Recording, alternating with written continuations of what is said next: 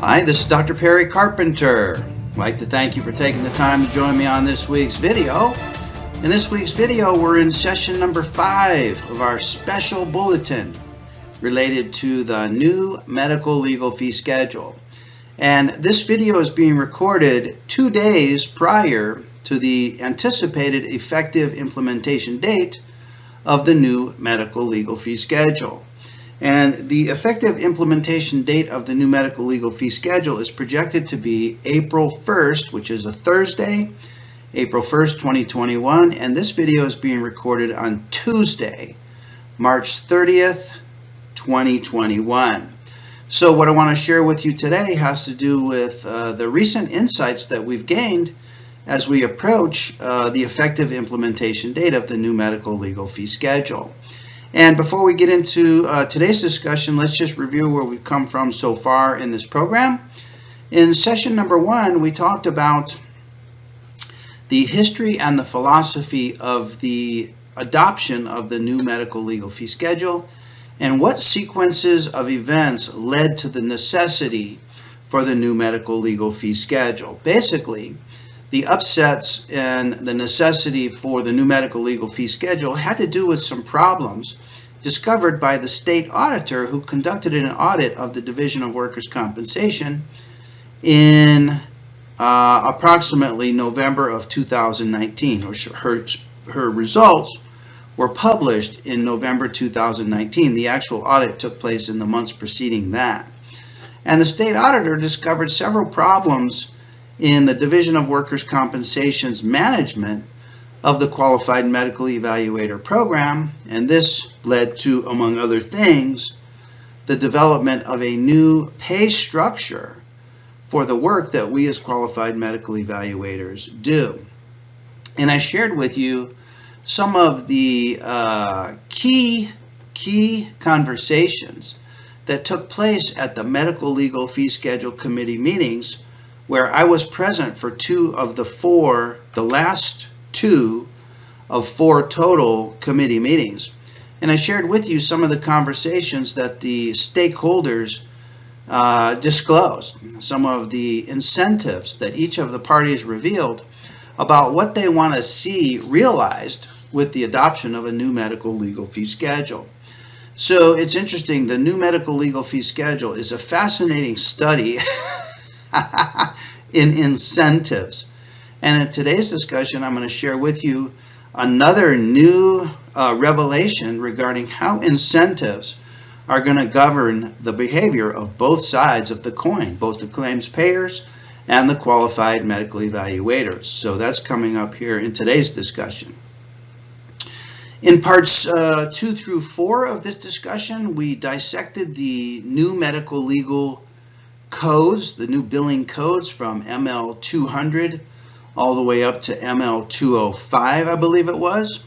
And we compared the new codes compared to the old codes, and we talked about how the new codes have their own built-in incentives for both the claims payers and the qualified medical evaluators. And we compared and contrasted the old codes with the new codes by comparing and contrasting how the old codes, the incentives that were built in to the old codes for both the QMEs and for the claims payers have been discarded, have been eliminated, but how the new medical legal billing codes have their own new built-in incentives, again for both parties, the claims payers and the qualified medical evaluators. And I shared with you code by code those incentives from the perspective of both parties.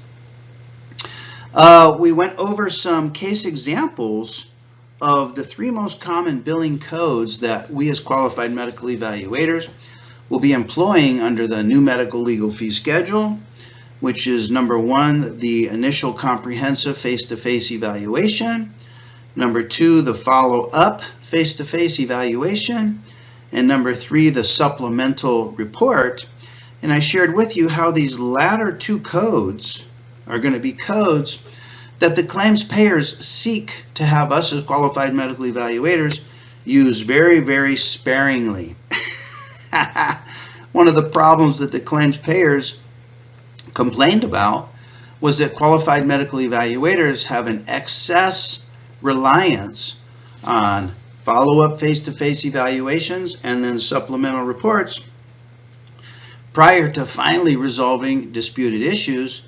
And so these particular codes are reimbursed very, very tightly, very, very sparingly. They have very little time margin of error built into them, and this creates a disincentive for us as qualified medical evaluators to employ these codes, and that is by design. This, in my opinion, favors the claims payer. They wanted it, they orchestrated it, they now have it, and it's upon us. And I believe as qualified medical evaluators, we're going to be seeing far, far fewer follow-up face-to-face evaluations and far, far fewer supplemental reports, and that is by design. That's going to help facilitate the realization of the incentives of the claims payers. And I'll talk a little bit more about this today in today's discussion. And we finished up our last session, session number 4, with some secrets of success, wherein I shared with you how you can succeed, how you can win under the new medical legal fee schedule by understanding the operation of your incentive under each of the billing codes. And I have a couple more examples to share with you today, and we'll also very quickly reveal in condensed version some of the secrets that we discussed in our last session. So that brings us to today, and today this is being recorded 2 days prior to the effective implementation date. And as we are approaching the April 1st implementation date, we're starting to get some insights as to how the new medical legal codes are shaping the preparation of the QME report, how they're shaping the face-to-face evaluation, and how the new codes are shaping the production of the final product, which is our QME report. So we're not actually yet to a point where we're living in the new medical legal fee schedule, but as we approach, we can start to speculate or anticipate how our cases are going to be evaluated, considering that all of the old codes that we've relied on for more than a decade, almost 2 decades, are now gone and have been replaced with a whole new set of codes. So this whole new set of codes completely changes the game, completely changes the work that we do as qualified medical evaluators. It would be like playing baseball for your entire life and then having a situation where, I don't know, I'm making this up, but maybe the pitcher was behind the plate and the catcher was on the mound, or some completely opposite shift in the game as you've known it. And that's what we're experiencing now with the new medical legal fee schedule. So I want to share with you some of the new insights and some of the new incentives that are being revealed as we approach the April 1st, 2021 implementation date of the new medical legal fee schedule. So let's get right into today's discussion.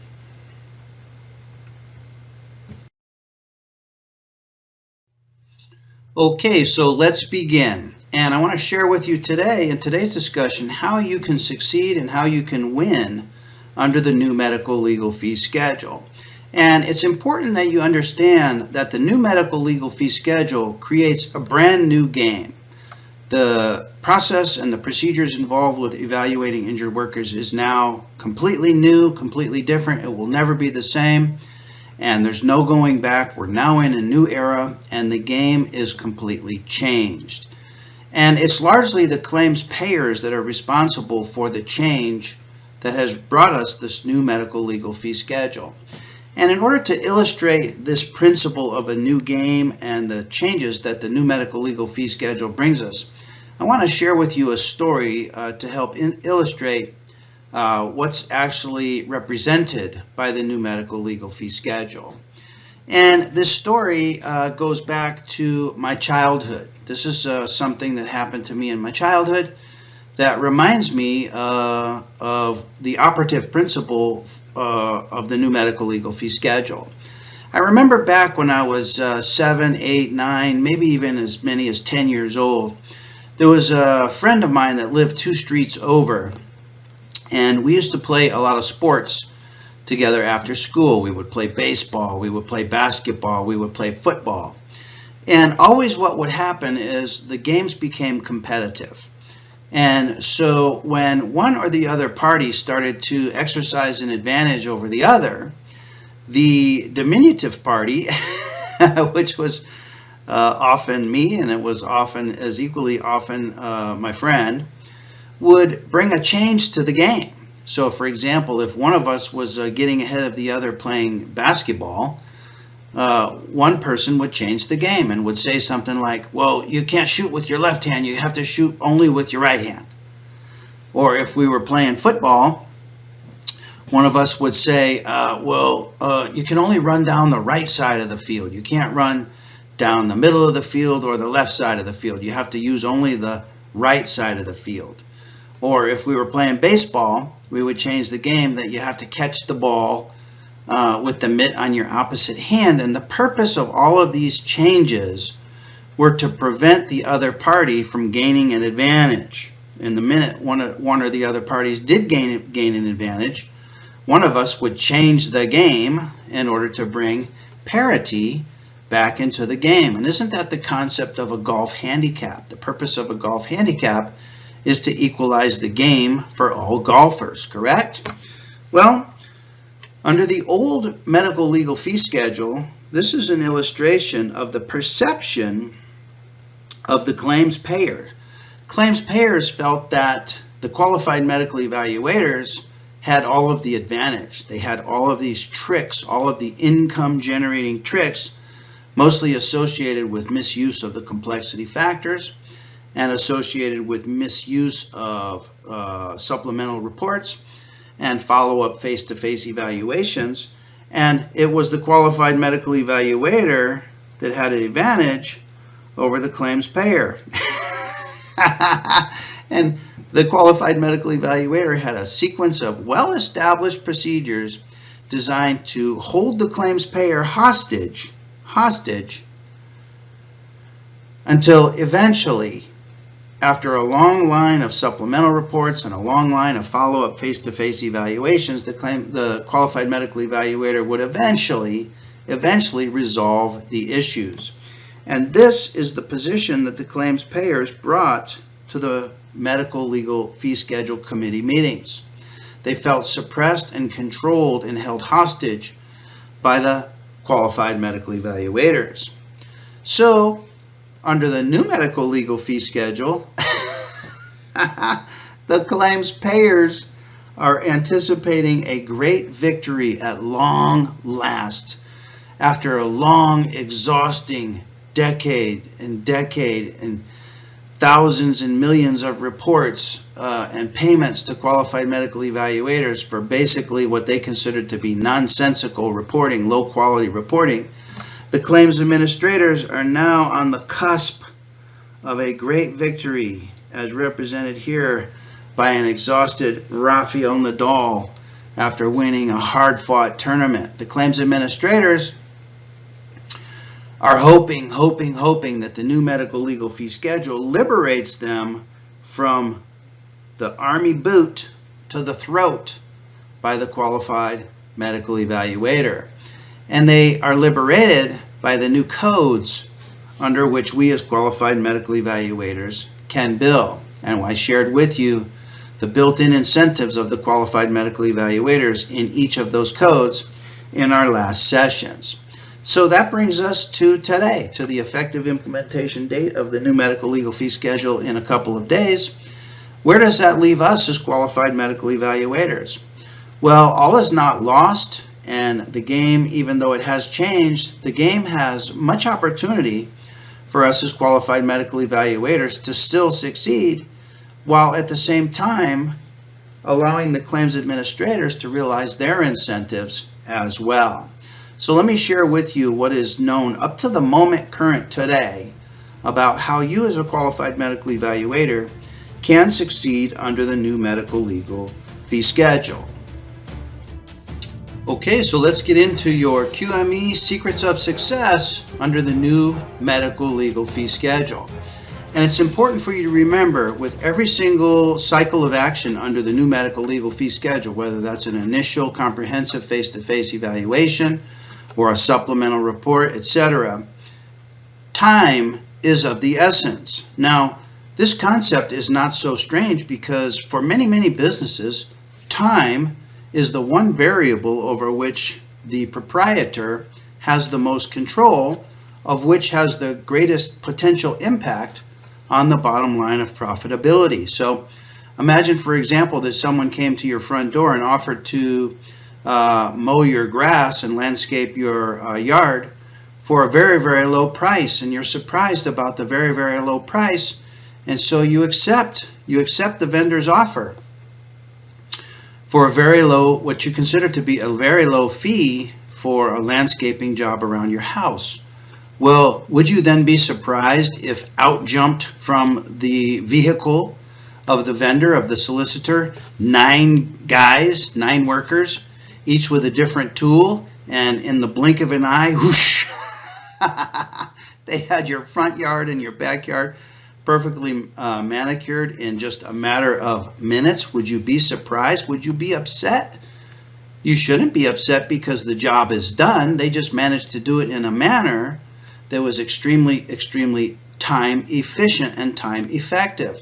And that's the operative principle for us under the new medical legal fee schedule, because gone are the time-based billing codes. We no longer have the time-based billing codes, and so therefore we no longer have the luxury of time. We have the luxury now of efficiency and effectiveness. We have to rely on those 2 parameters in order to succeed, efficiency and effectiveness, because the time is now being very, very tightly controlled by the payer. So time is of the ultimate essence. Okay? So if that's true, how can you maximize your efficiency on each and every evaluation? Let me share with you several ideas. So number 1 is, before each and every evaluation, you need to get the big picture of the evaluation, and you start to get the big picture by determining which labor code, whether it's 4060, 4061, or 4062, is driving the need for the evaluation. And you need to determine which labor code has been used in ordering your evaluation. Now, you can determine this in one of several ways. You can determine this by asking the requester of your evaluation, under which labor code is this evaluation being ordered? You can just straight out ask that question.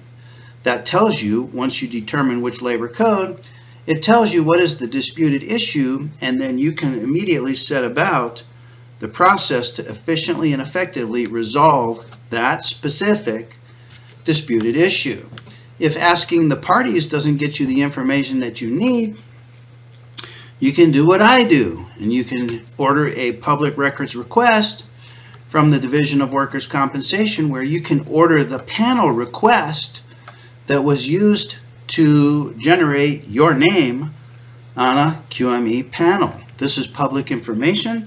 It's available from the DWC. You simply send them an email request for the information, and they respond by email. No questions asked, no charge. They will respond to you in 3 to 5 business days with the information that you need, which is specifically the labor code that's driving the need for your evaluation. So, for example, I have one of those here to show you. This is what it looks like. This is a printout of the page that results when one or more of the parties goes online and fills out QME Form 106. This one is for a represented injured worker. So this has all of the data on it, all the demographic data, the name of the employer, and all the information. And critically for us, right here, it tells us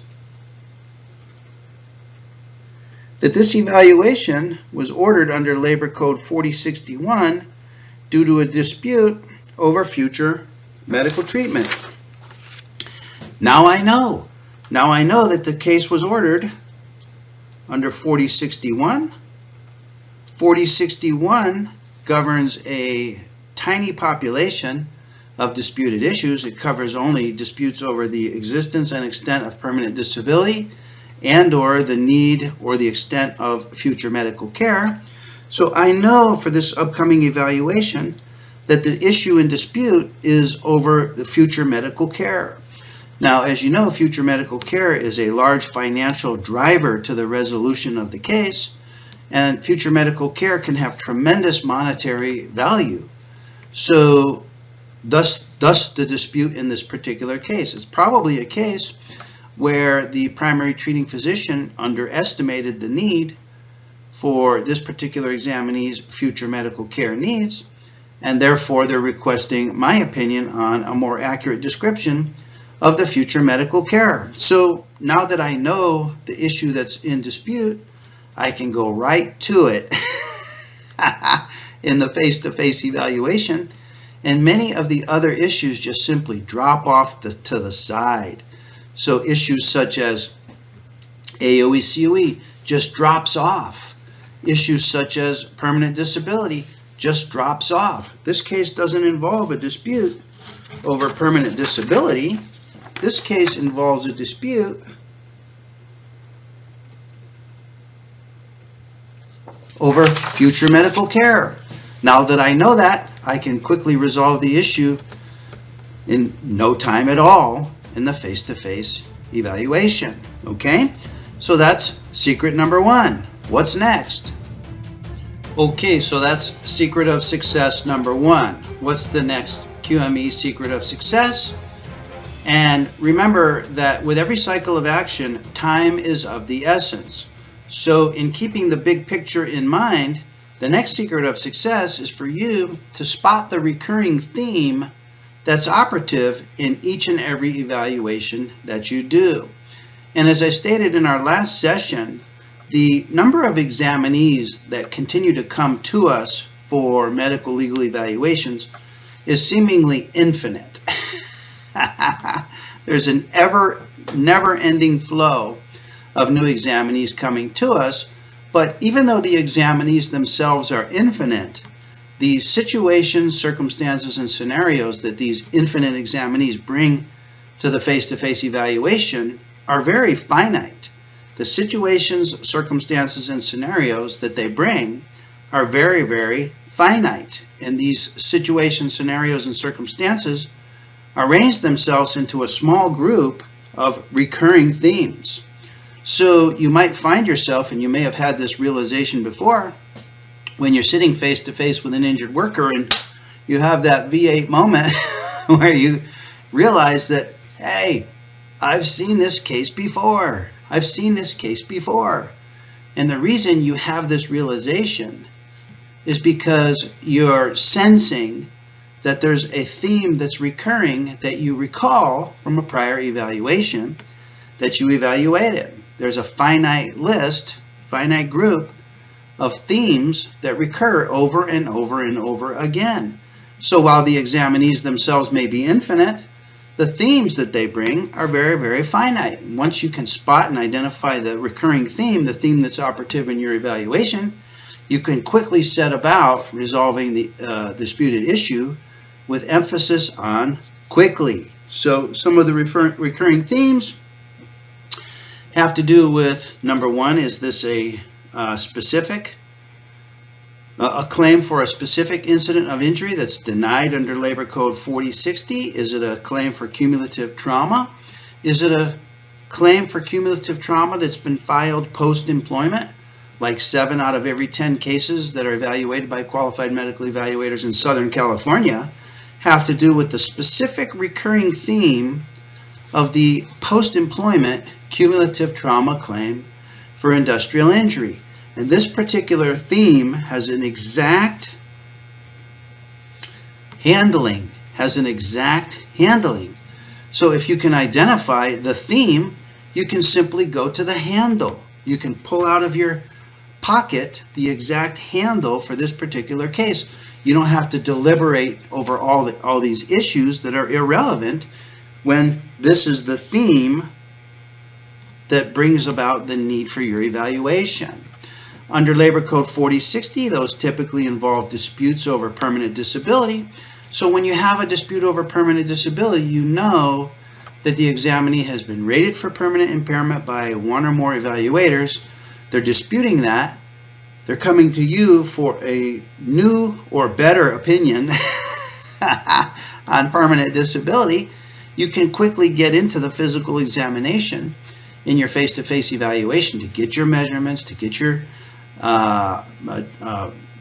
information that you need, your objective data that you need, so that you can provide your own permanent impairment rating, whatever that may be, and resolve the dispute.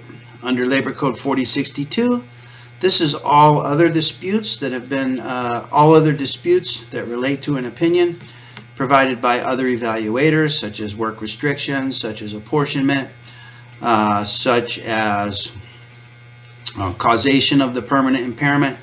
Once you understand what is the recurring theme in your evaluation, you can quickly get about resolving the disputed issue, because there's no more than about 10 different situations, scenarios, and circumstances that you're going to encounter over and over and over again. The difficulty arises is that these situations, circumstances, and scenarios are clothed in different clothes and come with a different name and face attached to them. But if you remove the name, if you remove the face, and simply focus on the theme of the evaluation, you can quickly be efficient, just like the 9 guys cutting your front and back grass. Okay? So always ask yourself, what's the big picture of this evaluation? Okay, QME secret of success number 3. Remember, time is of the essence, and therefore it's more essential now than ever that you focus on the big picture of the evaluation. So always determine the labor code that's driving the need for the evaluation, and try to identify the theme that's recurring, the operative theme that's involved in your particular evaluation. Number 3 secret of success, and this is critical, this is going to be so important for you, otherwise you're going to find yourself having your hourly rate for these evaluations drop down into nothingness very quickly if you fail to be able to effectively and efficiently answer the questions that are posed in the cover letters to you. Now, I have a little story to tell you about this particular issue. And the issue has to deal with the claims administrators, with the applicant attorneys, and the defense attorneys feeling that the cover letters that they write us are not acknowledged by us as qualified medical evaluators. They feel that they take the time to put these cover letters in envelopes to us and send them to us in the hopes that we will review these letters and will respond to the questions that are contained in the cover letters. The parties feel that we as qualified medical evaluators give no consideration at all to the cover letters that they take the time, effort, energy, and expense to send to us. And at the Medical Legal Fee Schedule Committee meetings, this went down in very dramatic fashion. And one of the claims payers actually stood up out of his chair and was ranting and raving that you qualified medical evaluators, you never respond to the questions in the cover letters. And he was very, very vehement and very, very frustrated. And of course, the qualified medical evaluators, having their say, they responded that, well, these cover letters that we get, you know, they're all canned, they're all boilerplated, they're not customized, they don't give us any specific direction, or very rarely is it that we get a cover letter that provides specific details and specific direction and specific questions that they need to be addressed. And qualified medical evaluators retorted to this claims administrator's upset about the cover letters. And after it went back and forth like this for a couple minutes, I remember there was a defense attorney in the room, and he stood up and he said, he went like this. He went like this. Time out. It was very dramatic at the time. And of course, the room got silent as this attorney took the floor, took the initiative to stand up, and draw all the party's attention to him. And he very dramatically took in a deep breath, closed his eyes, exhaled, and he leaned forward and he said, "The cover letters you get," he was addressing this to qualified medical evaluators, he said, "the cover letters you get are the cover letters you get. Would you please address the questions in the cover letter?" And his point was well noted, and his point is established in law. It's CCR 35.5C, I think it is, that requires by law that we as qualified medical evaluators address the questions in the cover letters. And I can tell you that this particular issue is going to be a lever that the claims payers are going to use to deny us reimbursement for supplemental reports. When the claims administrator has to come back to the qualified medical evaluator to get an answer to a question that they originally asked in their cover letter, they're not going to pay for that supplemental report, because the claims administrators know that this has been a lever that the QMEs have used. On the other side of the spectrum, this is a lever that QMEs have used, being vague, not answering questions, deferring, delaying, playing dumb. Playing dumb. Qualified medical evaluators have used all these tactics in a conscious effort to generate an ongoing series of supplemental reports. The claims payers aren't going to have it any longer. They're simply going to refer back to their original cover letter, and they're going to say, "Please answer the questions that we asked you in the original cover letter." In a supplemental report they're going to ask, and they're not going to reimburse for that supplemental report. And that's written into the new labor codes. And the new labor codes are going to support the parties when they have to come back to get the QME to finally answer a question that was originally asked in the cover letter. So the quicker, more accurately, and more effectively you can answer the questions in the cover letters, the fewer free supplemental reports you're going to have to write. So when it comes to defense and applicant attorney cover letters, many of the questions on those cover letters can be categorized. Many of the questions are duplicative and can be categorized under specific topic headings, such as causation questions. You can put the defense attorney's question and the applicant attorney's causation questions in your causation section of your report.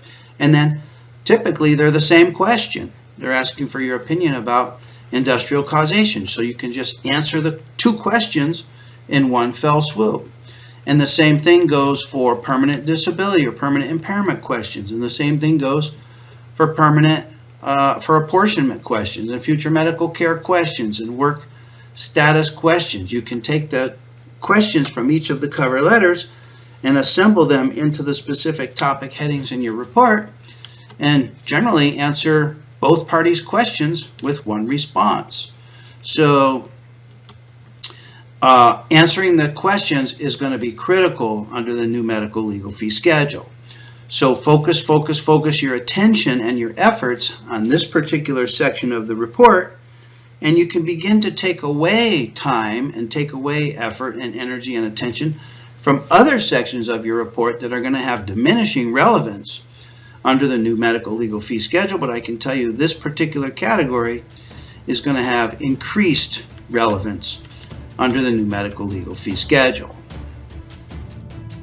Okay, so that's secret number 3. Now let's get on to the final secret that I want to share with you that will help you succeed under the new medical legal fee schedule. Always remembering that time is of the essence, and it's critical that you step back from the minutia of your case and get the big picture of your evaluation so that you can proceed to quickly, efficiently, and effectively resolve the disputed issue.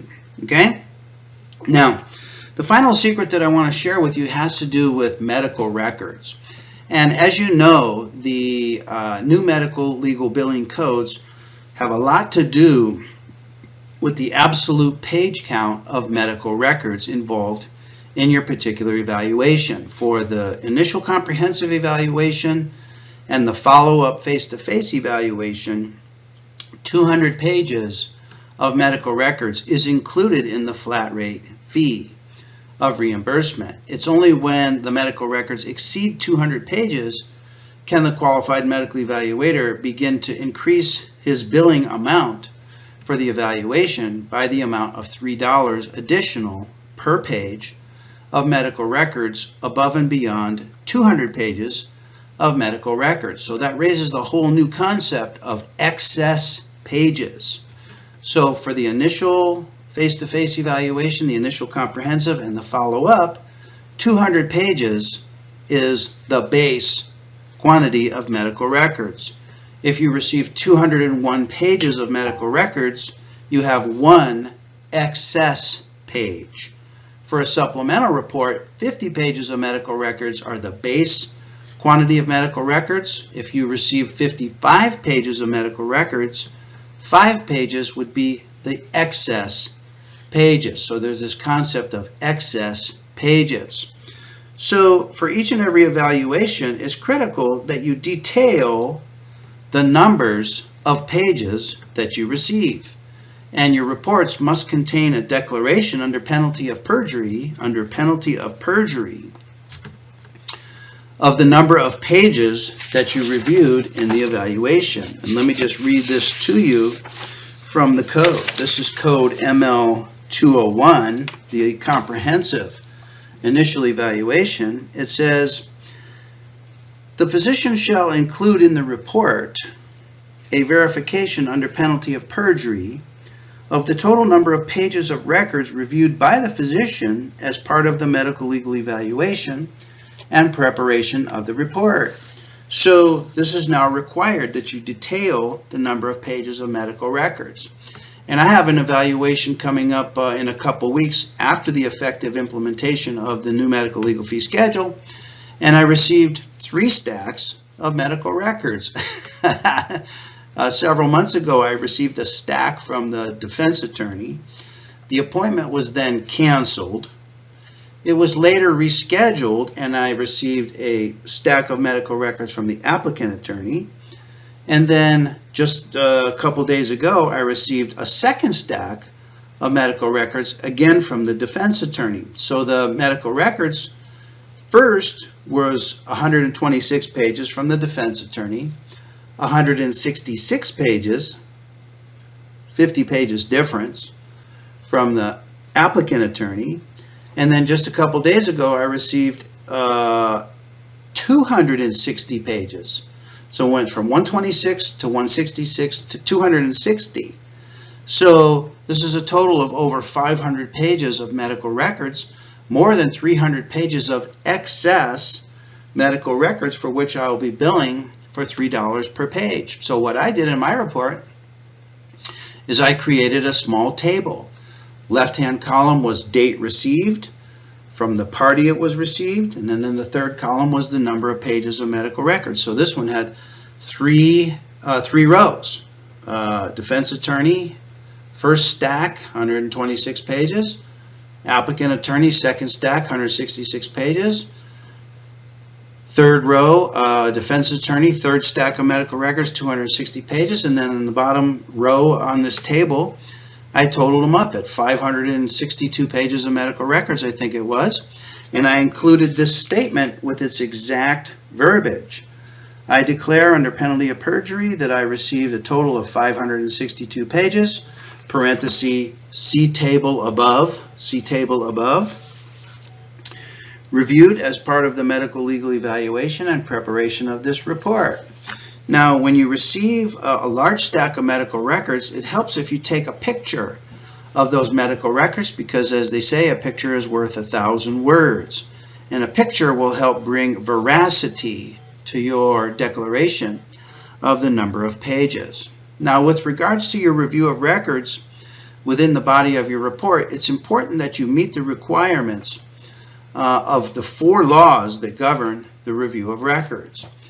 Now, there are 4 laws that govern the review of records, and if you review those 4 laws, and I should have listed them here, if you review the language of those 4 laws give us some specific verbs,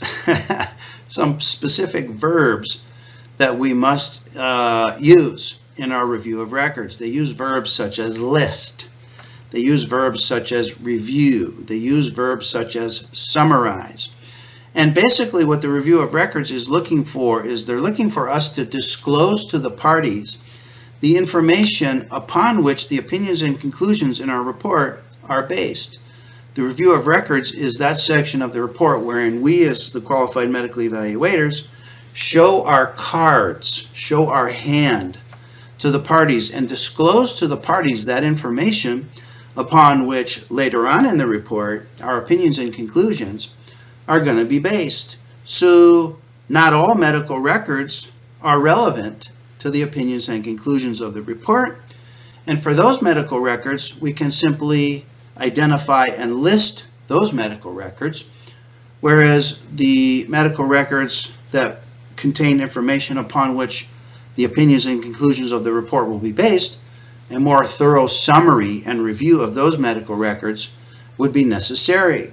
Now, under the old medical legal fee schedule, because the review of records was a complexity factor and that helped to catapult the report to the higher billing levels, we had the luxury of time in doing our review of records.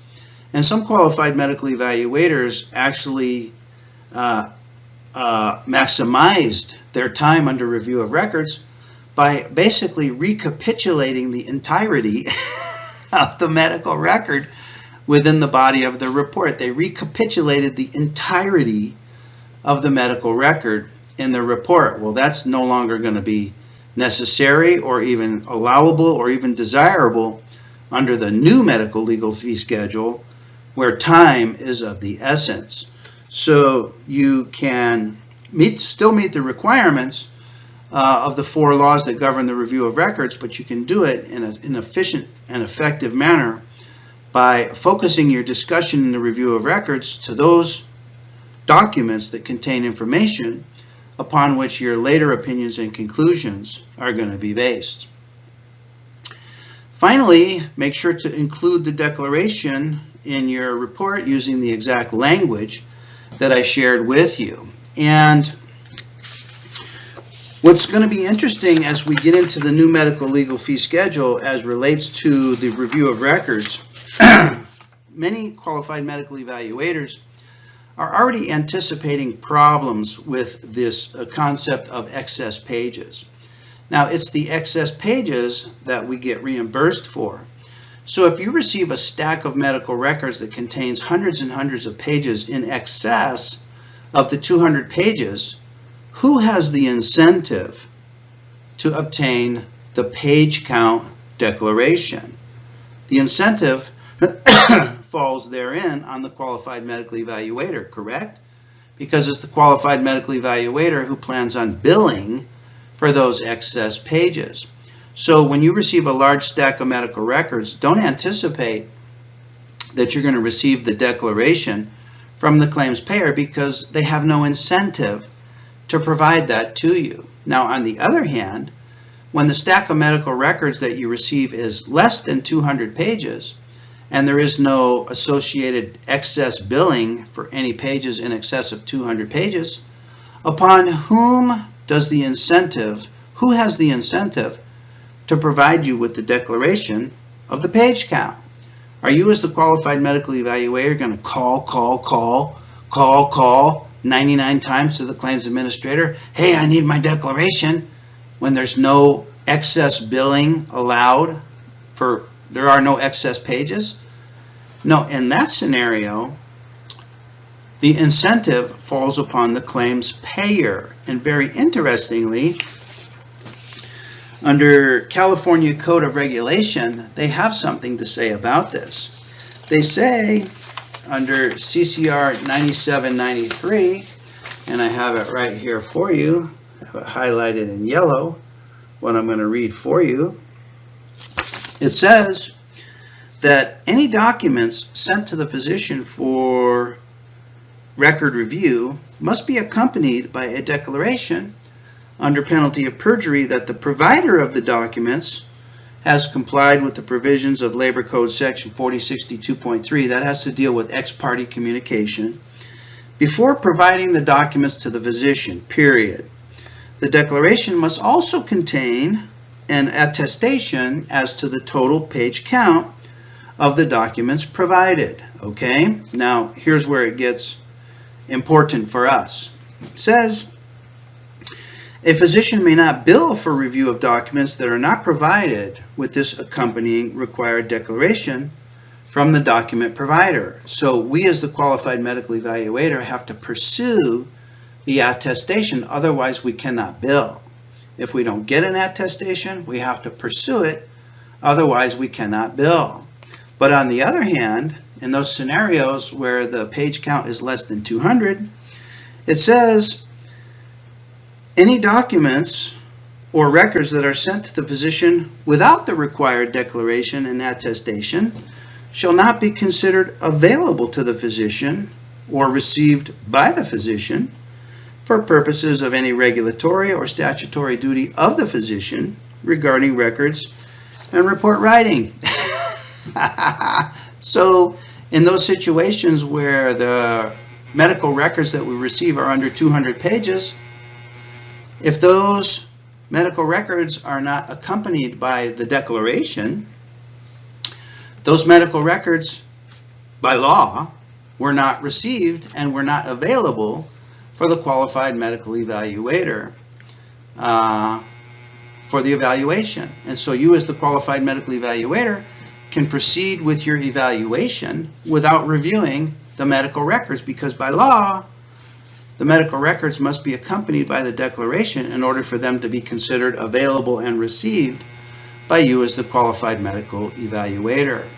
So this may be a scenario where the qualified medical evaluator can quickly and efficiently produce the report in the absence of a time-consuming review of records, right? Time-consuming review of records for which the claims payer, because of their own omission in providing a declaration, may be required to order a supplemental report from you as the qualified medical evaluator to upgrade your report based upon your review of records.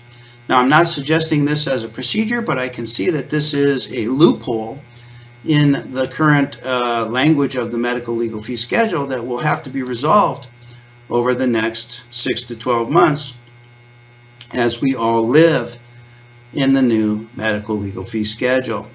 So doctors, I hope these ideas help you. You know, the new medical legal fee schedule has been accused of favoring the claims payer. And because I was at the Medical Legal Fee Schedule Committee meetings and I saw how these negotiations unfolded, I'm afraid to say that there's some truth to that. But some of that is necessary because of the situation that had been developing over the past decade, where qualified medical evaluators were simply producing poor quality reports that introduced unnecessary costs and unnecessary delays into the system that ultimately was spotted and exposed by the state auditor in November 2019. So the new medical legal fee schedule is an attempt to improve the system. And I believe that we as qualified medical evaluators can help to improve the system by giving the parties what they sadly, sorely, and desperately need and want, and that is better quality reports that quickly and accurately resolve the disputed issues. Now, for us as qualified medical evaluators, we succeed. We have our incentives realized, much as the claims payers have their incentive realized. We have our incentives realized in that we receive a handsome pay raise over the old medical legal fee schedule when, if, and only when, we can cut that front lawn quickly.